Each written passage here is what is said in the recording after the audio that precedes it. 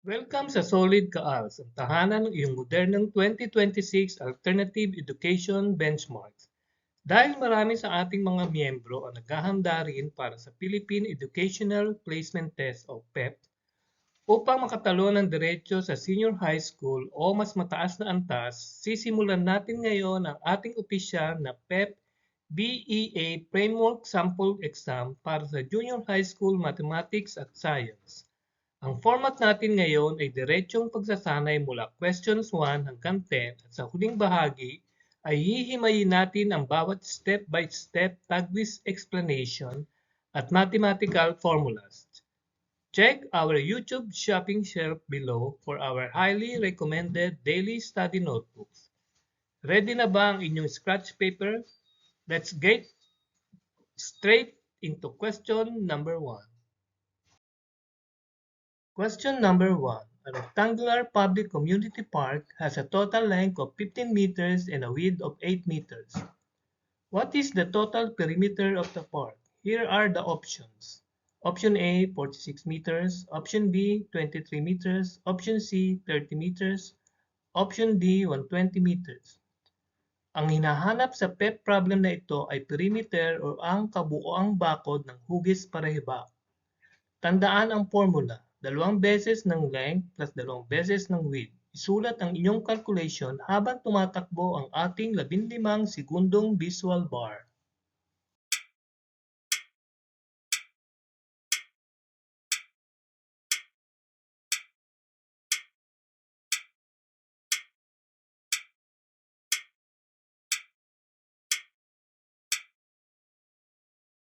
Question number 2. Solve for the unknown variable x in the following algebraic linear equation. 4x minus 9 is equal to 19. Let's read the choices. Option A, x is equal to 3. Option B, x is equal to 5. Option C, x is equal to 7. Option D, x is equal to 28. Gagamitin natin dito ang rules of transposition. Ilipat ang negative 9 sa kabilang panig ng equal sign bago ninyo i-divide ang kabuuang numero sa coefficient ni x. Piliin ang inyong letra.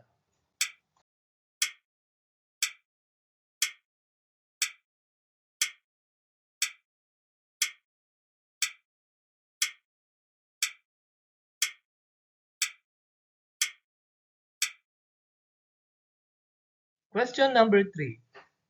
Evaluate the following mathematical integer operation using the rules of signs. Negative 8 multiplied by negative 3 plus negative 10. Option A, negative 34. Option B, negative 14. Option C, positive 34. Option D, positive 14. Gagamitin natin dito ang GEMDAS, Order of Operations. Unahin munang i-multiply ang dalawang negative numbers at tandaan ang magiging sign nito bago ninyo isama ang kasunod na negative integer.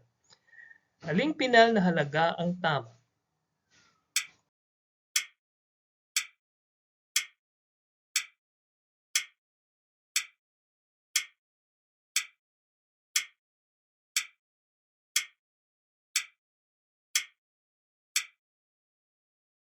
Question number 4. If 3 notebooks cost a total of 45 pesos, how much will a student pay for 8 notebooks of the exact same brand and size?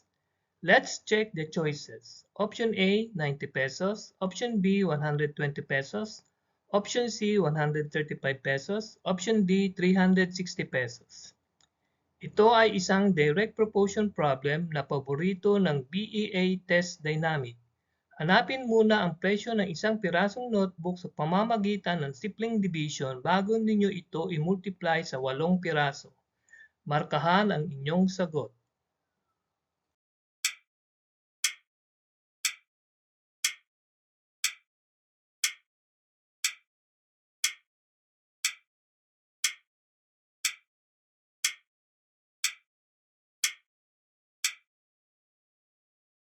Question number 5. In an open terrestrial ecosystem, which group of organisms holds the unique capability to directly convert light energy from the sun into chemical energy?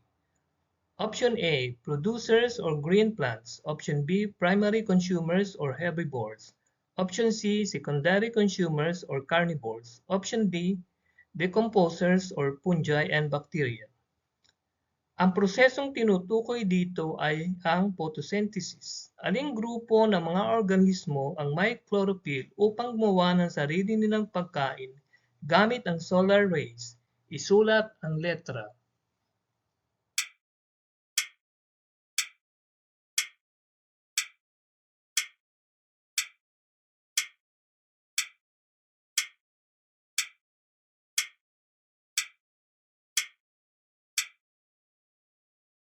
Question number 6.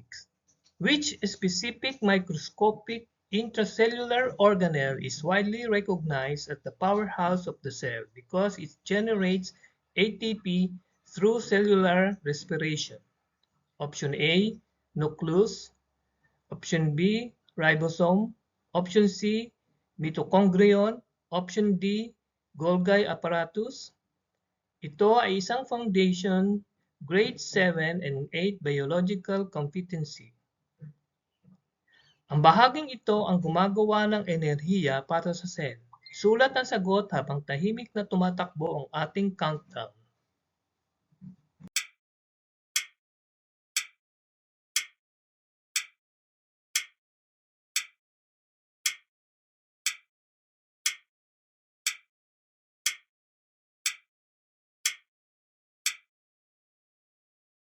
Question number 7. The chemical formula for pure drinking water is H2O. What specific elements and atoms make up a single molecule of water? Let's check the choices. Option A, 2 helium atoms and 1 oxygen atom. Option B, 2 hydrogen atoms and 1 oxygen atom. Option C, 1 hydrogen atom and 2 oxygen atoms. Option D, 2 hydrogen atoms and 2 oxygen atoms. Suriin ang mga subscript numbers sa simbolo. Ang letrang H ay para sa hydrogen at ang letrang O ay para sa oxygen. Ano ang ibig sabihin ng numerong 2 sa tabi ng letrang H? Piliin ang inyong sagot.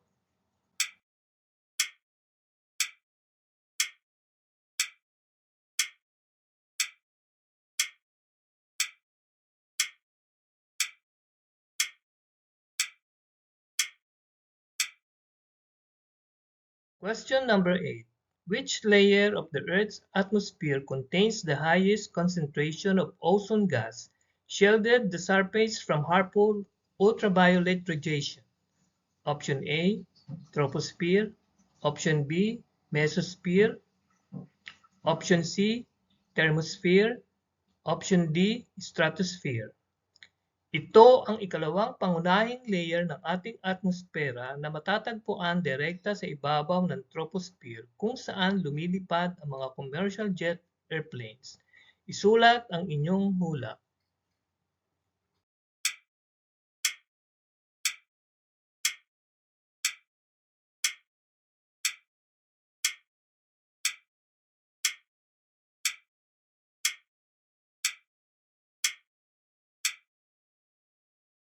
Question number 9. According to Sir Isaac Newton's law of motion, what is the tendency of any physical object to resist any sudden change in its state of rest or motion? Option A, inertia. Option B, acceleration. Option C, friction. Option D, velocity. Ito ang first law of motion.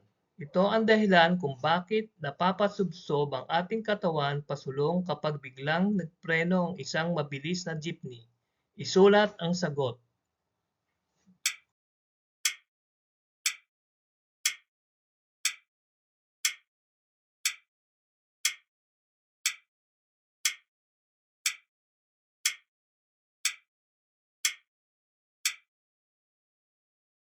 Question number 10. In the study of heredity and genetics, what is the term for a specific trait or allele that completely masks or covers up a weaker recessive trait? Option A, mutation. Option B, phenotype. Option D, dominant. Option D, homozygous. Narito ang ating huling katanungan para sa PEP placement battery na ito. Ang susing salita ay ang mas malakas na katangian na nangingibabaw sa physical expression ng isang anak.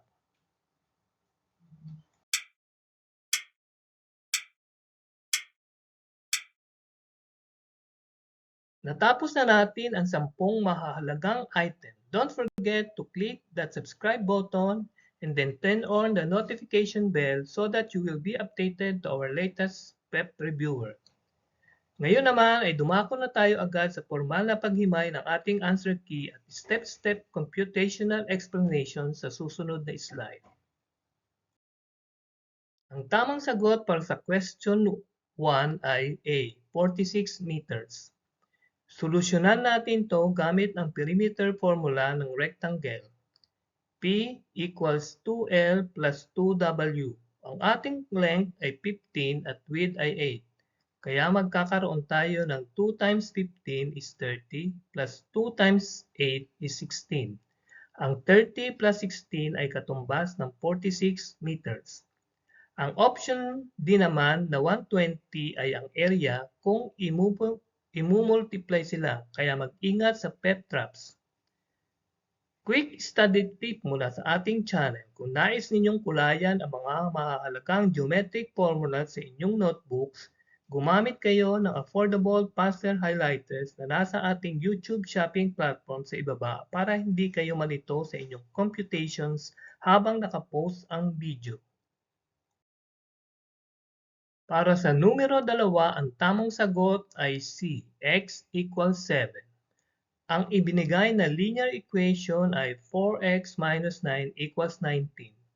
Unahin nating ilipat ang negative 9 sa kanan kaya ito ay magiging addition.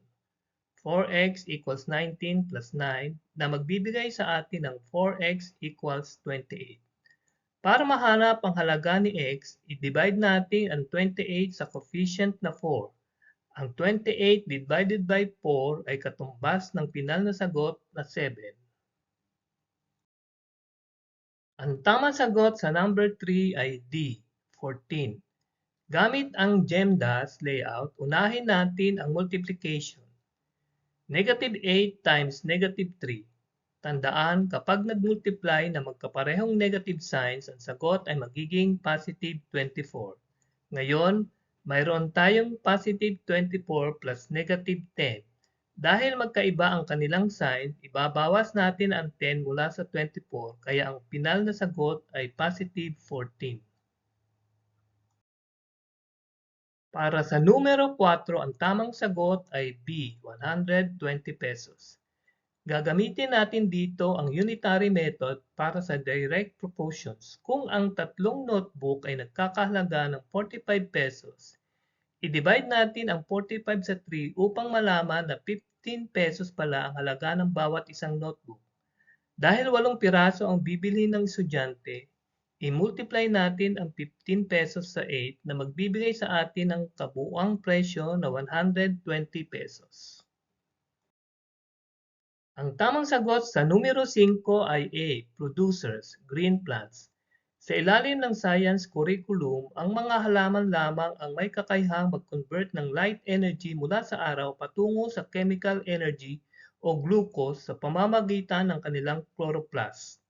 Ang mga consumers naman, option B at C, ay kailangang kumain ng iba, habang ang decomposers, option D, ang nagre-recycle ng mga patay na organismo. Helpful tool para sa inyong study desk. Habang isinusulat ninyo ang food chain levels sa inyong notes, gumamit kayo ng adjustable desktop phone stand mula sa ating shopping catalog sa ibaba upang ligtas at matatag ang inyong screen habang kayo ay nag-aaral ng hands-free. Para sa number 6, ang tamang sagot ay C, mitochondrion. Ang mitochondrion o mitochondria kung marami ang siyang nagpapakilos sa cellular respiration upang makabuo ng ATP o adenosine triphosphate na siyang enerhiya ng cell. Ang nucleus naman, option A, ang nagsisilbing control center o utak ng cell. At ang ribosomes, option B, ang gumagawa ng protina. Kaya letrang C ang ating powerhouse answer.